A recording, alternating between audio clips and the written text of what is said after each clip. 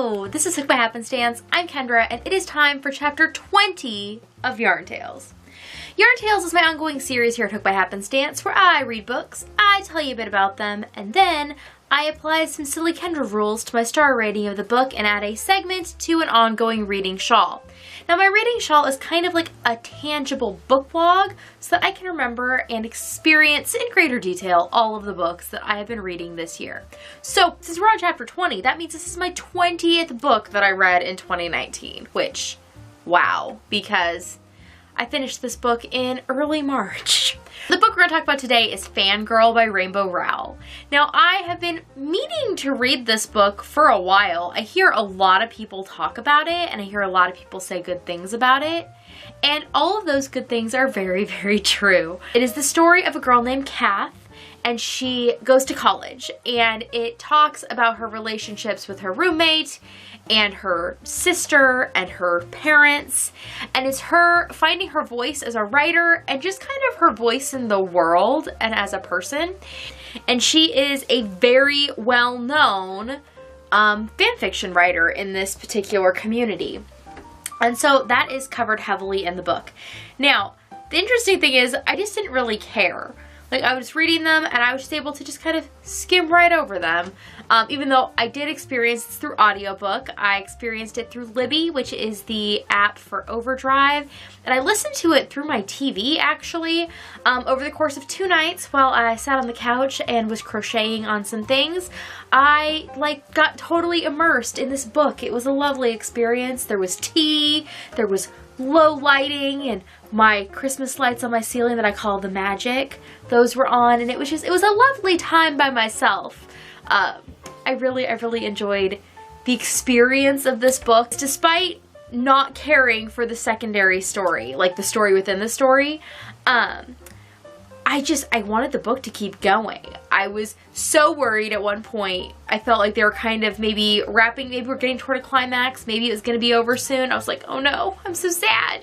And I was only at 80% of the book, so I had 20% left, and so I got at least another hour and a half beyond what I expected, which was really enjoyable. Another interesting component of the book is there is a romance in it, and I loved this love story. Because many of the YA romance books I've been reading lately, like, the people, they might end up in these coupled relationships, whatever, but I'm not reading it and thinking like there's any legit chance this is going to last in the long term, like lifelong. I'm just not feeling it. But this story, I felt like it all led to people who genuinely cared about each other and were friends, and there was a romance in a way that I thought was realistic in the best possible ways. Like, at the core, I thought that the relationships would legitimately work with real humans, not just the fictional ones. And that was so refreshing. And I enjoyed that. And so far, I've been very excited by the way that Rainbow Rowell does romance. And romance between young people. And so that is one thing that I'm looking forward to in subsequent books, is to see how romance is handled. Because I think it's handled in a much more realistic, and not just a realistic and like this is how it happens, but like this is how it should happen kind of way. I have said before when I read Eleanor and Park that Rainbow Rowell is definitely an author that I put off reading for far too long, and I now want to read all of her things like right now, but I'm doling them out because there's only so many books, and I know that I'll be sad if I read them all and then they are just gone. I gave Fangirl 5 stars because it was so good. I didn't want it to end. I wanted to stay in that world. And not in the way where, like, I want sequels and sequels to happen because I don't want to leave the world. I appreciated the standalone nature of the story. Because I don't think enough authors take the risk of actually making standalone stories anymore, because the money is clearly in these saga-length things that go on who knows how long. They just keep writing books till they stop making money, it seems like. But I did enjoy that it was contained. But I also wanted to stay with Kath and in her world and with her people, and, you know, It was a thing that I enjoyed. Now, there is technically a sequel to Fangirl. It is called Carry On, but it is not about the, like, let's say humans. It's not about the real life version of the people in this book. It is a book about the fictional characters in the fictional book. It's about the people in the story within the story.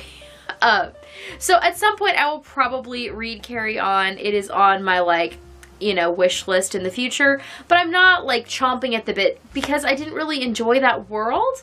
But I am wondering if I do read that book, if that will make me appreciate those parts of this book more. Like, there's a good chance that I will read Carry On and then I'll read Fangirl again, because I kind of just want to read Fangirl again. I'm starting to find books that I want to reread. It's very strange. And it's a good kind of strange. I don't know what to do with it because there's still a lot of books that I want to experience that I haven't yet.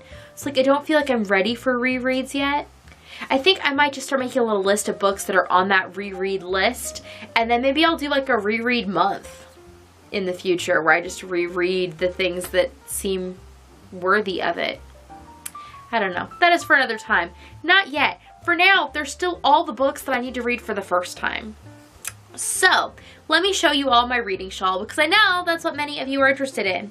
So there are 4 different kinds of yarn in my reading shawl. There is a yarn for books that I'm experiencing with my kids, books that I get from my Life's Library subscription where I get a new book every 6 weeks, physical books I experience by myself, and audiobooks I experience by myself. And this fell into that audiobook category. So the yarn that I used for the audiobooks is here. It is from Lolo Did It. It's on the original base, and it's a one-of-a-kind color called Blarney Castle. And I bought it special just for this shawl. And I like, there's a nice thick stripe here for that 5-star, and I like how it stands out.